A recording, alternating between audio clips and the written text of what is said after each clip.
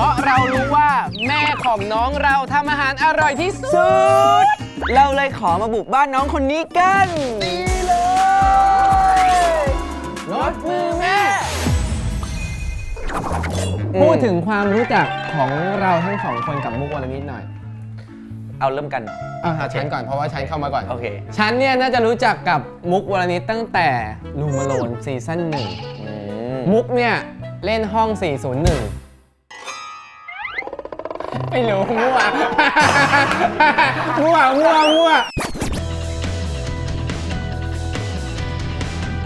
รู้จักตอนนั้นนะครับแล้วก็รู้จักพร้อมเมฆด้วยมุกเมฆเนี่ยรู้ว่าเป็นพี่น้องกันนะครับรู้จักกันมานานมากๆแล้ว6-7 ปีแล้วเหมือนกันการรู้จักตอนไหนตอนแรกก็เหมือนว่าได้มาอยู่ที่ GMMTV ได้เจอแบบว่าเข้ามาตึกแล้วก็เจอกันเราไม่เคยร่วมงานกันแล้วก็มีแบบว่าไปอะไรนะเขาเรียกว่าเอาติ้งของบริษัทอะไรเงี้ยเราก็เริ่มสนิทกันอะไรเงี้ยหลังจากนั้นมาเราก็ไปกินข้าวใช่แล้วผมเริ่มมาสนิทกับมุกมากขึ้นตอนเล่นCoffee Princeยูปินนะครับตั้งแต่ยูปินตอนที่12ผมเล่นเป็นหลี่ถังมุกเล่นเป็นหมั่นโถแล้วก็พระเอกคือมาร์ชจุฑาวุฒินะครับเล่นเป็นไบรอันเธอเข้าใจใช่ไหมว่าฉันจะไม่แต่งงานกับเธอเพราะฉันจะเรียนต่อคณะบริหารเธอจะมาตามเฝ้าไอ้หลี่ถังใช่ไหมจะว่าฉันว่าโง่ใช่ไหมก็ตอนนั้นก็รู้จักกันสนิทกันมากขึ้นเพราะว่าได้ทำงานด้วยกันได้เข้าบทด้วยกันได้อะไรด้วยกันก็มุกก็เป็นคนน่ารักนะหลายคนที่ไม่รู้จักมุกอาจจะคิดว่ามุกเป็นลูกนางเอกจริงๆหรือเปล่าคือเข้ามาตอนนั้นนางเอกเบอร์หนึ่งของ GMMTV ก็คือต้องมุกวรณิตใช่ต้องมุกวรณิตใช่แล้วก็พอได้มารู้จักมากขึ้นทำไมมันไม่อาบน้ำทำไมมันไม่ค่อยชอบสระผมแต่ว่ามันเป็นสไตล์ของมุกเขาเป็นสไตล์ว่าเป็นแบบโก๊ะกลางแก่นหน่อยโก๊ะชอบแบบว่าร้องมีช่วงหนึ่งชอบไปร้องคาราโอเกะด้วยกันอะไรเงี้ยชอบร้องเพลงแต่ตอนนี้เขาไฮไลท์ผมแดงเลยนะมีด้วยเหรอใช่ตั้งแต่นี่แล้วแบบปีตั้งแต่ไหนอะตั้งแต่งานแฟนโทเปียใช่ ผมเขาข้างล่างจะเป็นครึ่งสีม่วงหรือสีแดงๆกันจำไม่ได้เริ่มเปรี้ยวแล้วไงอายุเริ่มเยอะเนาะเขาบอกว่าตอนนั้นก็เหมือนแบบว่าอยากลองทำดูอะไรเงี้ยก็เลยทำเริ่มกินเป็นไงเริ่มกินหมูเป็นยังไงกินได้หมดทุกอย่างจ้ะกินเยอะมากจ้ะกินเยอะมากข้าวกล่องอย่างละ2 กะ2เลยกะกินเก่งแต่ก็ไม่ค่อยอ้วนนะไม่อ้วนดูไม่ค่อยอ้วนสวัสดีค่ะสวัสดีครับเป็นไงครับน้องคนนี้ก็คือมุกวรณิตนี่เองแต่งตัวหนาวเหมือนกับพวกเราเลยพวกเราหนาวเราอยู่เมืองหนาวพวกเราอยู่เมืองหนาวใช่ตอนนี้คุณอาจจะเห็นแดดแรงแต่ว่าอากาศที่จริงมันหนาวขอเข้าบ้านหน่อยดีกว่ามุกโอเคค่ะไปตรงไหนดีเข้าไปได้เลยอันนี้คือครัวนอกบ้านเหรอครับนี่ก็จัดไว้เพื่อรายการนี้ไงเข้ามาในบ้านแล้วถามมุกหน่อยว่าช่วงนี้เป็นยังไงบ้างตอนนี้ก็มีละครที่กำลังจะออนแอร์อยู่ค่ะก็มีที่ถ่ายกับลุคคือนายคะอย่ามาอ่อยผมเป็นเจ้านายคุณและขอสั่งห้ามไม่ให้คุณไปแล้วทำไมนายต้องมาห้ามหนูด้วยเพราะกลัวคนเมาถ่ายเสร็จยังถ่ายเสร็จแล้วค่ะถ่ายเสร็จแล้วสักพักแล้วค่ะเดี๋ยวนี้แบบสีผมก็เปลี่ยนเดี๋ยวนี้มีถ่ายรูปแบบเซ็กซี่ขึ้นด้วยทำไมโตขึ้นเหรอก็ถ่ายที่ทะเลไงเราไปทะเลแล้วต้องใส่ชุดว่ายน้ำเถียงสุดใจอันนี้ก็สู้เหมือนกันไม่ก็เราไปทะเลใส่สูทไปทะเลก็ไม่ใช่เราต้องใส่ชุดว่ายน้ำน้อยชิ้นที่สุดใส่น้อยช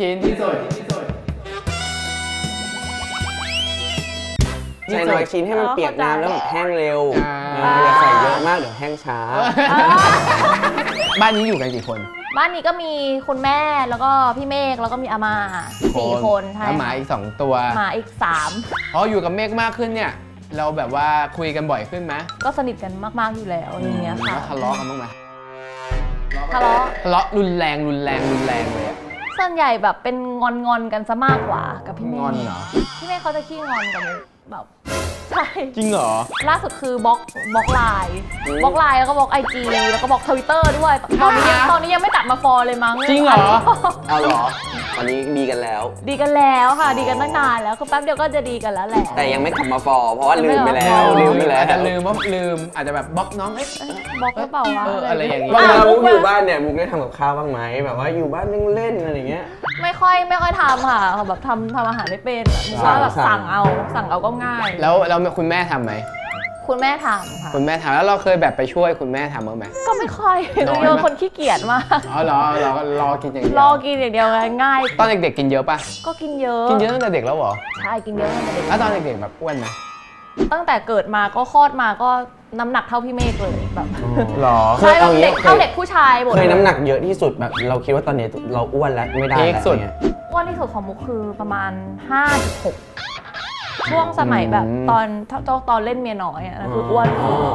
เราแน่นเลย ระหว่างมุกกับเมฆเนี้ยพี่อยากรู้ว่าใครเข้าครัวบ่อยกว่ากัน พี่เมฆก็มีเข้าบ้างนะ ทำด้วยเหรอ ก็เหมือนแบบบางทีเขาทำอาหารคลีนกินนะช่วงออกกำลังกายอะไรเงี้ยไม่รู้ว่าพี่ออฟพี่กันทำบ้างไหม ศูนย์เลย อาหารคลีนไม่กิน อืม ไม่ค่อยกิน อาหารคลีน อุ้ย ชอบกินอะไรที่แบบแซ่บๆอะไรที่แบบแซ่บ ก็แซ่บ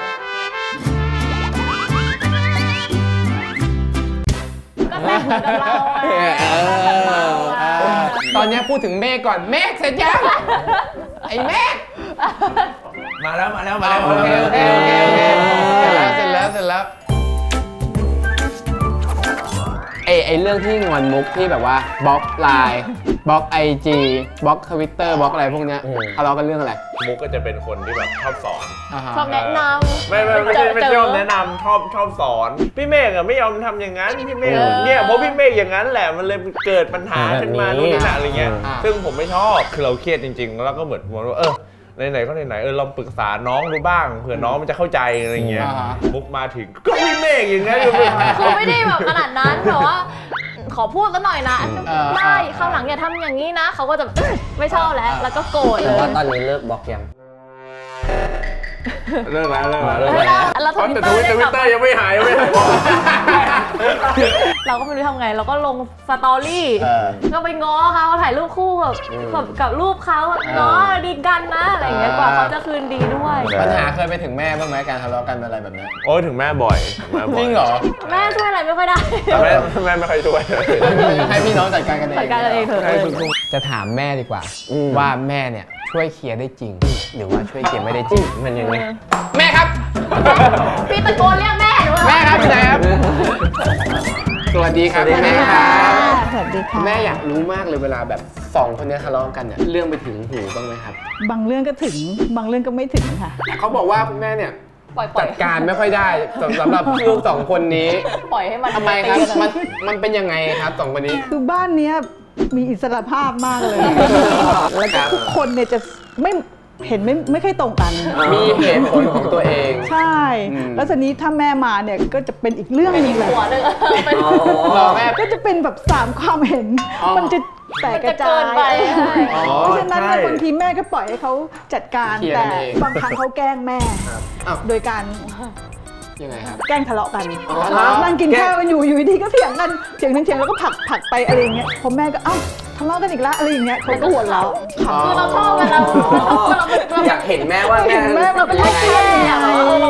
แม่ครับปกติทำอาหารบ่อยไหม คือตอนเด็กๆอ่ะก็จะบ่อยหน่อย ครับ พอโตขึ้นมาหลังๆเนี่ยไม่เคยทำเท่าไหร่ละเพราะว่าเขาออกไปทำงานข้างนอก แล้วตื่นไม่เป็นเวลากัน ใช่ บางทีเนี่ย ตื่ แม่ นแล้ว ทำตั้งแต่ จะออกเลย เช้าเนี่ยพอเขาตื่นสายบ่ายปุ๊บรีบไปละ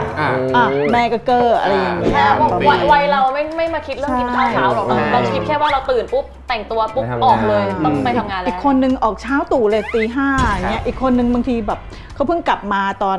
เที่ยงคืน วันนี้ตื่นบ่ายอะไรอย่างเงี้ยมัน เขาไป ไม่ เที่ยวไหนมา เที่ยงคืนเนี่ยฮะ ไปเที่ยวไหนมาม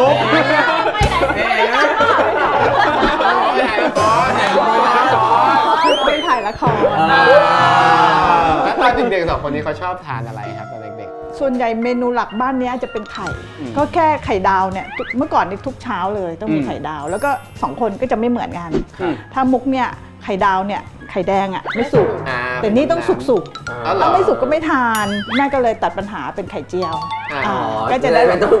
ไข่ดาวคนนึงไข่เจียวคนนึงกุ้งคนนึงปลาหมึกมาตลอดเลยมุกขอพูดก่อนเลยนะว่าเพราะว่ารายการเนี้ยเข้าใจผิด เขาจะผิดว่า คือคำว่ารสมือแม่ของบ้านมุกเนี่ยมันไม่เหมือนของคนอื่นแล้วนะ แล้วมือแม่มันอร่อยกว่าพิเศษใช่ไหม มันน่ากลัวมาก ทุกคนคิดดูว่าพอมุกลงสตอรี่แล้วแท็กพี่เมฆไว้ว่ารถมือแม่พี่เมฆพิมพ์มาสู้ๆนะ มุกเนี่ยทานเหมือนคุณพ่อเดะเลย แม่ แม่ เขา ก ก็ ลัว เป็ เป็น นห่ ห่ว ว ง ง เพราะว่าคุณพ่อเนี่ยทั้งเผ็ดทั้งจัดทุกอย่างเลยทุกรสเลยแล้วก็เค็ม เพราะฉะนั้นแบบพอมาถึงถ้ามีโอกาสทำปุ๊บแม่ก็จะลด ใช่ ทุกอย่าง แล้วมันก็เลยจะขัดใจ มันก็เลยแบบว่า กับมุกอะไร ไม่เคยอร่อยอ่ะแต่ถ้าทำปกติอะแม่ทำได้ โอเค วันนี้คุณแม่อยากทำอะไรให้พวกเราทานครับ เมนูวันนี้ก็จะเป็นสปาเกตตี้เขียวหวานกุ้ง เขียวหวานกุ้ง เป็นเมนูที่เคย พ่อเคย แบบ ทำร้านอาหาร เคยทำร้าน อืม แล้วก็อันเนี้ยมันอยู่ในเมนูที่เข้าไปในร้าน มุกว่าไง อันนี้โอเคไหม อร่อย โอเค รถมือแม่รถมือแม่ แล้วมือแม่ มือแม่ โอเคครับงั้นเราไปชิมรสมือแม่นะครับ วัตถุดิบสปาเกตตี้เขียวหวานกุ้ง เส้นสปาเกตตี้พริกแกงเขียวหวาน กะทิ กุ้ง ไข่กุ้ง แครอทโหระพา กระเทียม น้ำตาลทราย เกลือ ถึงเวลาแล้วครับที่แม่จะได้ทำเมนูสปาเกตตี้กุ้งผัดเขียวหวาน เฮ้ยฝรั่งจ้า มันแบบเมนูมันดูฝรั่ง ฝรั่ง อ๋อ จ้า สปาเกตตี้เขียวหวานกุ้งครับ เริ่มจากแม่ลวกเส้นนะ ครับผม สมมุติว่าถ้าจานหนึ่งเนี่ยมันจะอยู่ที่ประมาณเส้นผ่าศูนย์กลางเส้นกว่ามันจะพอดีจานหนึ่ง พอดีจานหนึ่ง แล้วนี่แม่ใช้เส้นนัมเบอร์ ครับ ค่ะ แล้วก็แม่ละเอียดมาก ก็ต้องให้เดือดก่อนน้ำเดือด พอน้ำเดือดเสร็จปุ๊บก็ใส่ลงไป ปึ๊บ 8 ถึง 10 นาที โอ้โห8 ถึง 10 นาที ใช่ เลยอะ นานหน่อย จริงๆ เราต้องใส่เกลือลงไปนิดนึง เพื่อ เกลื ให้ อ มันมี เพื่อ รสเค็มนิดนึง เพื่อว่าตัวมันเองอ่ะ เส้นจะได้มีรสชาติ มีรสชาติ ครับ สังเกตว่าเส้นเนี้ยมันจะเข้มใช่ไหมคะ ครับ พอมันลงไปสักพักหนึ่งประมาณ 4-5 นาทีอะมันจะกลายเป็นใส อืม เบาะพองขึ้นมาหน่อยแล้วใส ครับ แต่เวลาที่เราจะใช้จริงๆอ่ะดึงขึ้นมาดูถ้าสมมติว่ามันเริ่มขุ่นแล้ว ครับ เราอาจจะเอามาเส้นหนึ่งลองกัดดูแต่อย่าให้มันสุกมากนะ ครับ เพราะเดี๋ยวเราต้องผัดอีก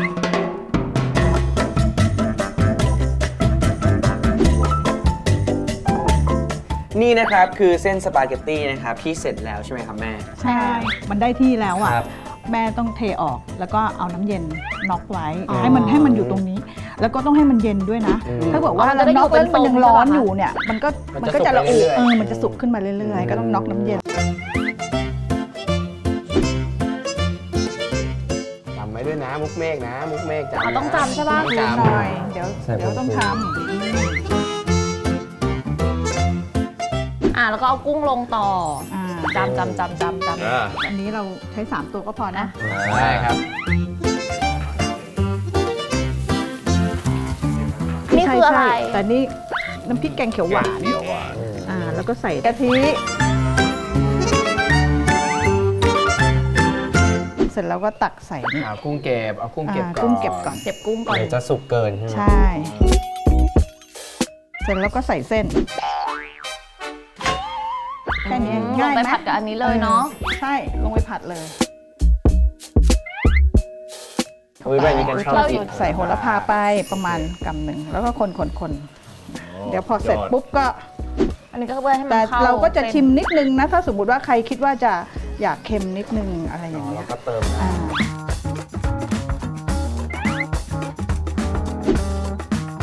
แต่หอมนะแม่นะ ใช่ กลิ่นดีมากเลยอะ มันง่ายแล้วก็อร่อย อืม คือจริงๆแล้วสปาเกตตี้อ่ะมันก็ทำอะไรได้หลายอย่าง การจัดก็มีส่วนนะทำให้มันดูรู้สึกอร่อยขึ้น นี่ น่ารัก ตกแต่ง เราไว้เด็ดทาน อ่านี่ นี่จบละ เรียบร้อยครับ จบแล้วค่ะ สปาเกตตี้แกงเขียวหวานกุ้ง เย้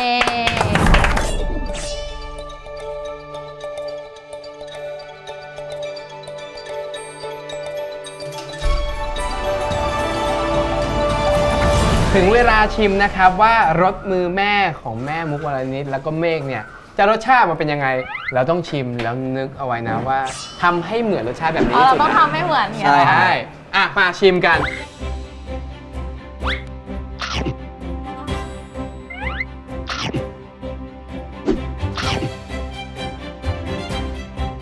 อันนี้ถือว่าเป็นเมนูที่ง่ายอันดับต้น ง่ายนะง่ายแล้วก็ดูแบบอร่อย ปกติแล้วเราจะดูกันได้ว่าอันไหนใส่ก่อนอันไหนใส่หลัง เพราะเราจะสามารถลอกฝั่งตรงข้ามได้ แต่ว่าคืนนี้เราจะลอกไม่ได้นะครับ อ้าว เราจะมีกำแพงมากั้นตรงกลาง โอเค แต่ว่าเรายังอยู่ทีมเดียวกันอยู่ใช่ไหม ใช่ โอเค แต่ทำไมเราห่วงกับเรื่องเนี้ยเหรอเราห่วงกับเรื่องเนี้ยเหรอ สบายไงสบายจะได้เมาส์อย่างเดียว เดี๋ยววันนี้นะครับกันกับปับปีนะครับจะมาแข่งกับ2พี่น้องนะครับนั่นก็คือมุกวรณิตแล้วก็เมฆเศรษฐกิจครับกันอัตพันธ์และอ๊อฟจุมพลครับ ครับงั้นเราไปกันเลยครับ เป็นไงล่ะ มีที่กั้นด้วยอ่ะ แต่ว่าต้องมาชะโงกได้ เราทั้ง2ทีมนะครับพร้อมแล้วนะครับที่จะแข่งทำเมนู สปาเกตตี้แกงเขียวหวานกุ้ง งั้นเดี๋ยวเราจะมาเริ่มกันเลยนะครับ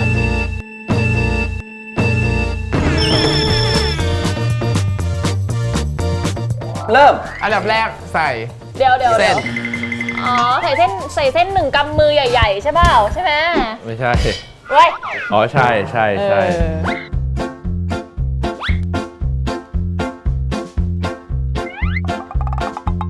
แม่บอกว่า แอบมองเห็นเลย ใส่ไปแล้วจ้า แม่บอกว่าต้องใส่ซอสด้วย ไม่แม่บอกน้ำตาล เส้นมัน น้ำตา จะ ล ได้ เส้นมันจะได้ ห ห วาน วาน เพราะว่าตัวเส้นเนี่ยมันมีความเค็ม เค็มอยู่แล้ว ใช่ แต่ถ้าอยากให้เส้นมีกลิ่นด้วยใส่กระเทียมเพิ่ม แต่งี้ก็ใส่ไข่กุ้งไปเลยสิ ใส่ไข่กุ้งเลย ใส่ไปเลยอะต้นเลย ก็เอาน้ำกะทิใส่นิดนึง เออ กี่นาทีนะ ประมาณ 7-8 นาที 10 ก็เอาขึ้นมาชิมก่อนเลยเอาขึ้นมาชิมถ้ามันกรุบมันอะไรอย่างเงี้ยมันได้อยู่ อุ้ยสองคนนี้นะทำงานกันเป็นทีม เขามีมือถือจับเวลาด้วยแบบพี่น้องไม่มีหรอ เราใช้นี่เราใช้แสงแดดบอกใช้แสงแดดบอกเดี๋ยวเราดูอุ้ยอุ้ยอุ้ยอุ้ยอุ้ยอุ้ยอุ้ยอุ้ยอุ้ยอุ้ยอุ้ยอุ้ยอุ้ยอุ้ยเป็นไร ร้อนมาก ว่าแต่ว่ามัน ไม่ได้ อีกนิดนึงแล้วกันเขาบอกว่ายัง เฮ้ย อ่ะงั้นร้องเพลงให้ฟังหน่อย อ่ะ มาห้ามไม่ให้เร็ว มาห้ามไม่ให้ฉันรักต้องไม่ต้องน่ารักทำหน้าแบบเนี้ยมีรักมีลงหลอกยากเลย 30ยังแจ๋ว เอ้ยน่ารักอยู่ น่ารักอยู่แบบว่า ไม่ ลองตักออกมาเส้นเล็ก เส้นเราน้อยไปปะวะ ๆหมดแล้วเหรอ หมดแล้ว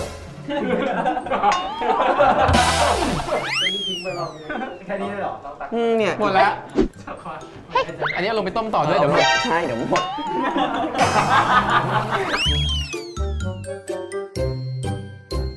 ขั้นตอนต่อไปนะครับเป็นการผัดนะครับ เดี๋ยวเราจะมาปรุงตามแม่กันครับ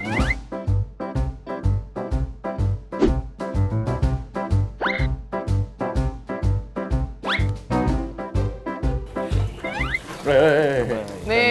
ให้กุ้งเยอะด้วย พอเราเส้นน้อยแล้วเราไปเน้นกุ้งแทนดีป่ะ ใช่นี่ไง ของพี่ใส่หมดเลยมุก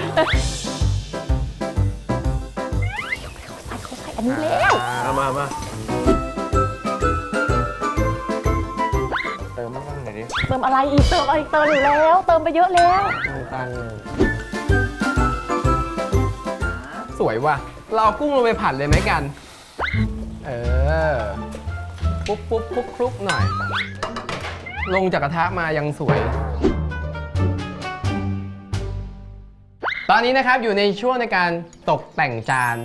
ไม่มีอะไรต้องให้ลอกกันแล้ว เอาไอ้นี่ออกไปเลย โอ้โหกันเราจะเรียงไข่กุ้งเป็นชื่อเลยเหรอ ไม่เอา เยอะไป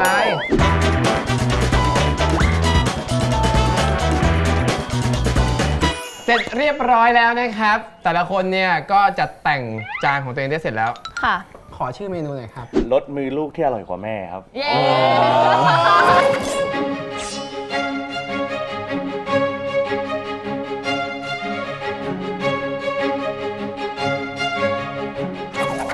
สปาเกตตี้เขียวหวานกุ้งไฟน์ไดนิ่งเส้นน้อยแต่อร่อยนะ เออ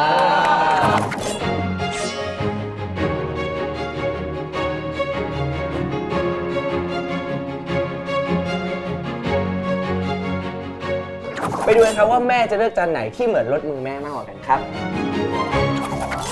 เรียบร้อยนะครับ เมนูของเรา2คนแล้วก็เขาอีก2คนให้แม่ลองชิมครับว่าจานไหนเนี่ยเหมือนรสมือแม่มากที่สุดครับ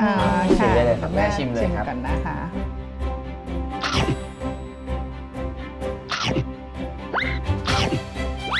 อร่อยดี อร่อยใช่ไหม อืม ครับแม่ลองดูจานนี้ครับคราวนี้ก็น่าจะอร่อยเหมือนกันครับแม่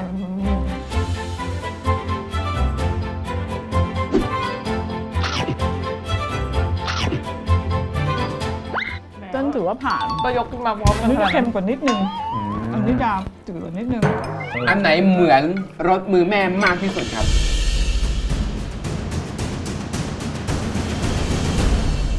ไม่ชอบอันนี้ และจานที่ชนะในวันนี้เป็นของ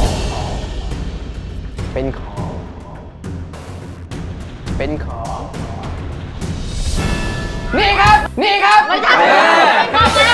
ต้องไปอยู่แน่นี่ นี่ออฟกัน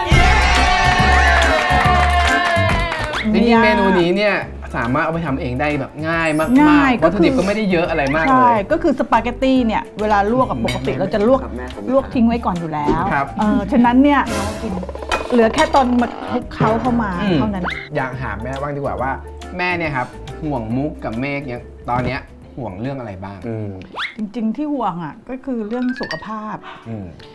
เพราะว่าบางทีเขาก็จะทำงานหนักมาแล้วนะ ครับ กลับมาแล้วยังแทนที่จะนอนก็จะเล่นมือถืออะไรอย่างเงี้ย แล้วก็แบบนอนน้อยเรื่องอื่นๆน่ะค่อนข้างจะไม่เป็นห่วงอยู่แล้ว แม่ก็แบบวางใจแล้วเรียนจบอะไรคือหมดภาระของคนที่เป็นเด็กละแต่ที่สุดเข้าสู่การทำงานรับผิดชอบตัวเองแล้วอะไรอย่างเงี้ย อืม ฉะนั้นแม่ก็ถือว่าแบบส่งเขาไปถึงฝั่ง แล้วมุกกับเมฆอะครับ เป็นห่วงอะไรแม่บ้าง อ๋อนอนน้อยเหมือนกัน แม่เหรอ ใช่เพราะว่าแม่ก็นั่งดูซีรีส์กับอาม่าเอาซิงมาก คือต้องบอกงี้ตั้งแต่ผมสอนวิธีการดูหนังดูซีรีส์ในทีวีเป็นใช่ไหมแบบหลังจากนั้นคือ อาม่าไม่คุยกับเมฆอีกเลย ใช่ไหม อย่าว่าแต่อาม่าแม่ด้วย เขาเหรอ แม่ต้องแปลให้อาม่า เรื่องบางเรื่องมันมีซับไตเติลใช่ไหมแต่ไม่มีภาคแม่ต้องเป็นคนภาคให้ พาให้แม่อาม่า จริงเหรอแบบใหม่อยากเห็นนะคือยังไงอะ แม่เขาเป็นคนที่ไม่ชอบอยู่กับที่อะไรเงี้ยชอบมีเวลาว่างก็อยากทำนู่นมีเวลาว่างก็อยากทำนี่ซึ่งผมรู้สึกว่าบางทีแม่อายุอย่างนี้เท่านี้แล้วอ่ะแม่ควรจะใช้ชีวิตแบบชิวๆ อยากให้แม่พัก บ้าง คือแม่วงเขาจะแบบเป็นแบบหัวธุรกิจเลยเขาจะชอบทำนั่นทำนี่เหมือนอยากจะทำธุรกิจไปเรื่อยๆอะไรเงี้ยแต่ตัวเราเองก็คือเหมือนแบบว่าตั้งแต่ให้แม่ออกจากงานประจำอะเพราะเราก็คิดอยู่แล้วว่าเราจะเลี้ยงแม่อะไรอย่างเงี้ยค่ะก็คืออยากให้เขาสบายแต่ว่าเขาแต่มันเป็นความชอบเขา ใช่มันเหมือนแม่ไม่ได้พักเลย จริงๆแล้วอะสำหรับคนที่อายุเยอะแล้วอะถ้าไม่ทำอะไรเลยอะมันชีวิตสบายก็จริงแต่ว่าสุขภาพไม่ดี คือบางทีแม่ก็จะคิดว่ามันต้องคิด ขยับ ทำ เยื่อน นี่ ตัวบ้าง เออ แค่ขยับเท่ากับออกกำลังกายอะไรอย่างงี้ แต่เขามีอะไรให้พวกเธอด้วยนะเพื่อเธอมาบ้านเขาอะ เฮ้ย วันนี้มีของมาฝากทุกคน Happy birthday to you Happy birthday to you Happy birthday Happy birthday Happy birthday to you ขอบคุณครับ ขอบคุณครับ ขอบคุณแม่ด้วยครับ ขอบคุณทุกคนครับ เค้กเป็นอะไรเนี่ย เค้กเป็นหมู หมู เป่า ย่าง ทีเดียวดับ 5 Happy birthday นะคะพี่ออ ขอบคุณครับ วันนี้นะครับต้องขอบคุณแม่มากๆเลยนะครับ ที่ให้เราสองคนเนี่ยมาชิมรสมือแม่นะครับขอบคุณครับ ยินดีค่ะ ก่อนอื่นเราก็ต้องให้มุกกับเมฆเนี่ยฝากผลงานกันหน่อยครับ ค่ะ วันนี้ทำอะไรบ้างอยู่ช่วงนี้ โอเคของมุกนะคะ ก็มีนายคะอย่ามาอ่อยนะคะฝากติดตามด้วยนะคะ แล้วก็มีเพลงประกอบด้วย แล้วก็มีธุรกิจที่ทำอยู่นะคะคือ SOS ค่ะยังไงก็ฝากด้วยค่ะ ฝากซีรีส์2เรื่องนะครับในปีนี้นะครับThe Player นะครับกับเธอเขาเงาแค้นครับ เมฆคู่เฟย ใช่ ใช้คำว่าคู่เฟย ไม่ได้เล่นกับคู่ กูขอโทษ อย่าทิ้งกูไปเลยนะ อย่าทิ้งกูไปเลยนะ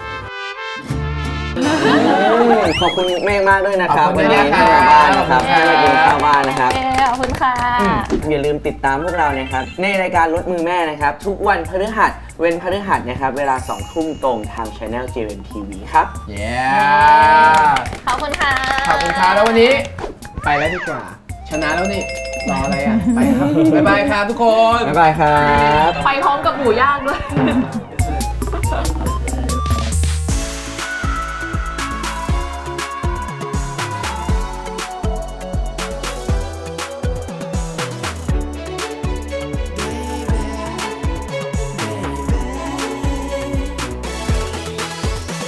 แล้วเราแบบงอนเก่งไหม มันน่ะงอนส่วนใหญ่มันงอน เอ้าเหรอ ใช่คือเหมือนเวลาทะเลาะกันใช่ป่ะมุกมันจะชอบแบบเป็นคนเปิดก่อนด่าผมมาเสร็จปุ๊บก็ผมด่ากลับมันไม่อ่านพี่กับผมก็บอกว่าถ้ายังไม่ยอมอ่านอีกก็ไม่ต้องมาคุยกันเลยอะไรเงี้ยตัดขาดเลยพี่น้องอะไรเงี้ยมันไม่อ่านผมก็บล็อกแม่งเลย บ้านนี้บล็อกบ้านนี้ใช้วิธีบล็อก